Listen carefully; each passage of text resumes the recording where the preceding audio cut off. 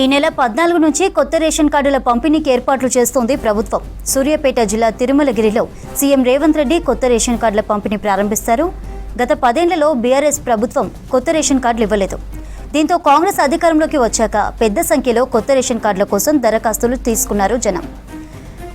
ఇప్పటి వరకు పాత ఫుడ్ సెక్యూరిటీ కార్డుల మీదనే ప్రతి నెల రేషన్ ఇస్తున్నారు. ఇప్పటి వరకు రేషన్ కార్డుల కోసం వచ్చిన అప్లికేషన్ల పరిశీలన ఈ నెల 13లోగా పూర్తి చేసి అర్హులైన వారిని ఎంపిక చేయాలని అధికారులను ఆదేశించింది ప్రభుత్వం. దేశంలోనే ఎక్కడా లేని విధంగా తెలంగాణలో 2,89,00,000 మందికి సన్నబియ్యం పంపిణీ చేస్తుంది సర్కార్. అర్హులైన ప్రతి ఒక్కరికి రేషన్ కార్డులు ఇస్తామని చెప్పారు మంత్రి ఉత్తమ్ కుమార్ రెడ్డి. రైట్, దీనికి సంబంధించి అప్డేట్స్ తెలుసుకుందాం. శ్రీశైలం లైవ్లో ఉన్నారు. శ్రీశైలం, కొత్త రేషన్ కార్డుల పంపిణీ ఏర్పాట్లు ఎలా ఉన్నాయి? ఈ నెల 14 నుంచి కొత్త రేషన్ కార్డులు ఇస్తున్నట్టు ప్రభుత్వం ప్రకటించింది. దీనికి సంబంధించి ఈ నెల 13 లోపు ఏవైతే దరఖాస్తులు వచ్చాయో వాటిని కూడా పరిశీలించి అర్హులను ఎంపిక చేయాలని చెప్పి అధికారులకు ఇప్పటికే ప్రభుత్వం ఆదేశించినట్టుగా మనకు తెలుస్తోంది.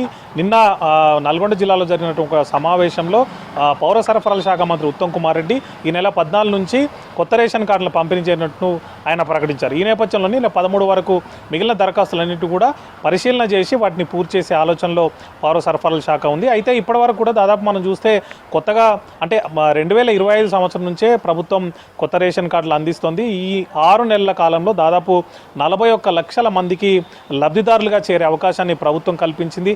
ఇందులో కొత్త కార్డులు ఉన్నాయి, అదేవిధంగా పాత కార్డులో కొత్త సభ్యుల పేర్ల చేర్పులు కూడా ఉన్నాయి. అయితే మొత్తంగా ఇప్పటి వరకు 4.5 లక్షల వరకు కూడా కొత్త కార్డులను ఇచ్చినట్టుగా ప్రభుత్వం అంటే అధికారిక గణాంకాలను బట్టి మనకు అర్థమవుతుంది. దీంట్లో సభ్యుల చేర్పులు మాత్రం అధికంగా ఉన్నట్టు తెలుస్తుంది. దానికి సంబంధించి దాదాపు 19 లక్షలకు పైగా దరఖాస్తులు వచ్చినట్టు తెలుస్తుంది. వాటన్నిటి కూడా క్లియర్ చేసినట్టుగా తెలుస్తుంది. మొదటి నుంచి ప్రభుత్వం ఎప్పుడైతే కొత్త రేషన్ కార్డుల ప్రక్రియ ప్రారంభించిందో అప్పటి నుంచి కూడా ఎక్కువగా మార్పులు చేర్పుల కోసమే ఎక్కువ దరఖాస్తులు వచ్చినాయి. ఎందుకంటే గత 10 ఏళ్ల కాలంలో కొత్త కార్డులు ఇవ్వకపోవడం, మార్పులు చేర్పులకు కూడా అవకాశం ఇవ్వకపోవడంతో చాలామంది ఆడపిల్లలు పెళ్లి చేసుకుని అత్తగారింటికి వెళ్ళిపోయారు. అదేవిధంగా ఉమ్మడి కుటుంబంలో ఉన్నటువంటి అన్నదమ్ములు కూడా వేరుగా అంటే ఎవరి కుటుంబాల వాళ్ళు వేరుపడంతో సభ్యులు అంటే కుటుంబాల సంఖ్య పెరిగిపోయినా కూడా కార్డుల సంఖ్య అదేవిధంగా ఉండిపోయింది. మరోవైపు కనీసం ఆ పిల్లల పేర్లు చేర్చేందుకు కూడా గత 10 ఏళ్ల పాటు పబ్లిక్ అనేది చాలా ఇబ్బంది పడ్డారు. సైట్ కూడా క్లోజ్ చేయడంతో ఎక్కడ కూడా దరఖాస్తు చేసుకోవడం కానీ దాన్ని తిరిగి అందులో ఉండే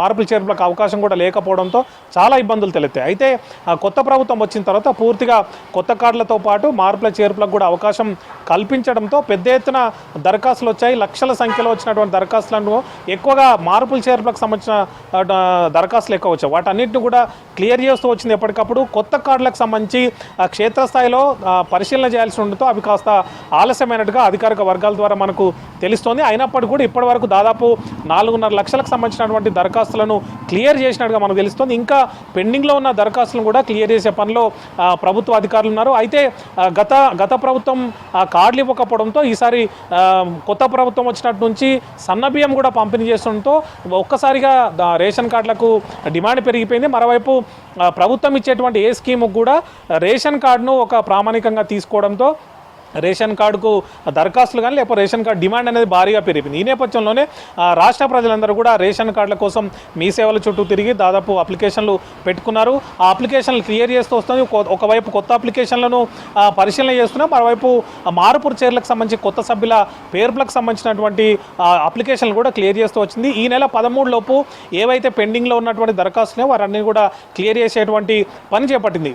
ఈ సంవత్సరం జనవరి నుంచి మే వరకు కూడా మే 23 వరకు కూడా దాదాపు వచ్చినటువంటి అప్లికేషన్లు అన్నీ కూడా క్లియర్ చేసింది రాష్ట్ర ప్రభుత్వం. ఇప్పుడు మే 24 నుంచి వచ్చినటువంటి ఇప్పటి వరకు వచ్చినటువంటి అప్లికేషన్లను ఈ నెల 13 లోపు క్లియర్ చేసే పనిలో అధికార యంత్రాంగం మునిపోయింది. ఈ నెల 14 నుంచి కొత్త కార్డులు ఇవ్వనుండడంతో కార్డులు ఏ విధంగా ఉంటాయన్నటువంటి ఒక ఆసక్తి కూడా ఉంది. అయితే కార్డుల ప్రింటింగ్కి సంబంధించి ప్రస్తుతం అయితే ఎట్లాంటి ప్రభుత్వం నుంచి ఆదేశాలు లేవు. ఎందుకంటే టెండర్ ప్రక్రియకు సంబంధించి ఒక సంస్థ కోర్టుకు వెళ్ళడంతో కొత్త కార్డుల ప్రింటింగ్ అనేది ప్రజెంట్ ఉండదు. కానీ పేపర్ రూపంలోనే కొత్త కార్డు అంటే కార్డు ప్రింట్ చేస్తే ఎట్లాంటి డీటెయిల్స్ అయితే ఉంటాయో ఆ డీటెయిల్స్ అన్నింటిని కూడా ఒక పేపర్ మీద ప్రింట్ చేసి లబ్ధిదారులకు అందించన్నారు. సీఎం చేతుల మీదుగా సూర్యాపేట జిల్లాలో ఈ కార్యక్రమం ప్రారంభం కానుంది. ఆ తర్వాత ఎక్కడికక్కడ అన్ని జిల్లాల వ్యాప్తంగా ఎమ్మెల్యేలు మిగిలిన మంత్రుల చేతుల మీదుగా లబ్ధిదారులకు కార్డుల పంపిణీ అనేది ఈ నెల 14 నుంచి ఉండబోతోంది. చంద్రిక.